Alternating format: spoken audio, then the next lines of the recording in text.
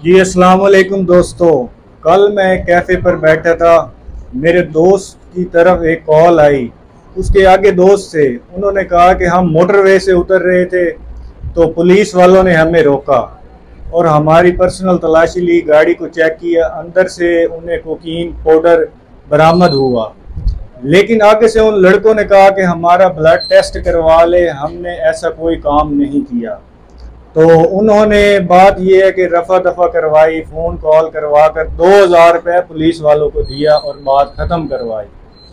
लेकिन बात करने का मकसद ये है कि अगर पुलिस वाले आपको किसी नाके या किसी रोड पर रोकते हैं तो उनकी वो कहते हैं ना, आपकी पर्सनल तलाशी लेनी है तो सबसे पहले उनके हाथ चेक करें, उनकी नेम प्लेट चेक करें और बेल्ट का पेटी नंबर चेक करें, फिर जाकर उनको तलाशी दें।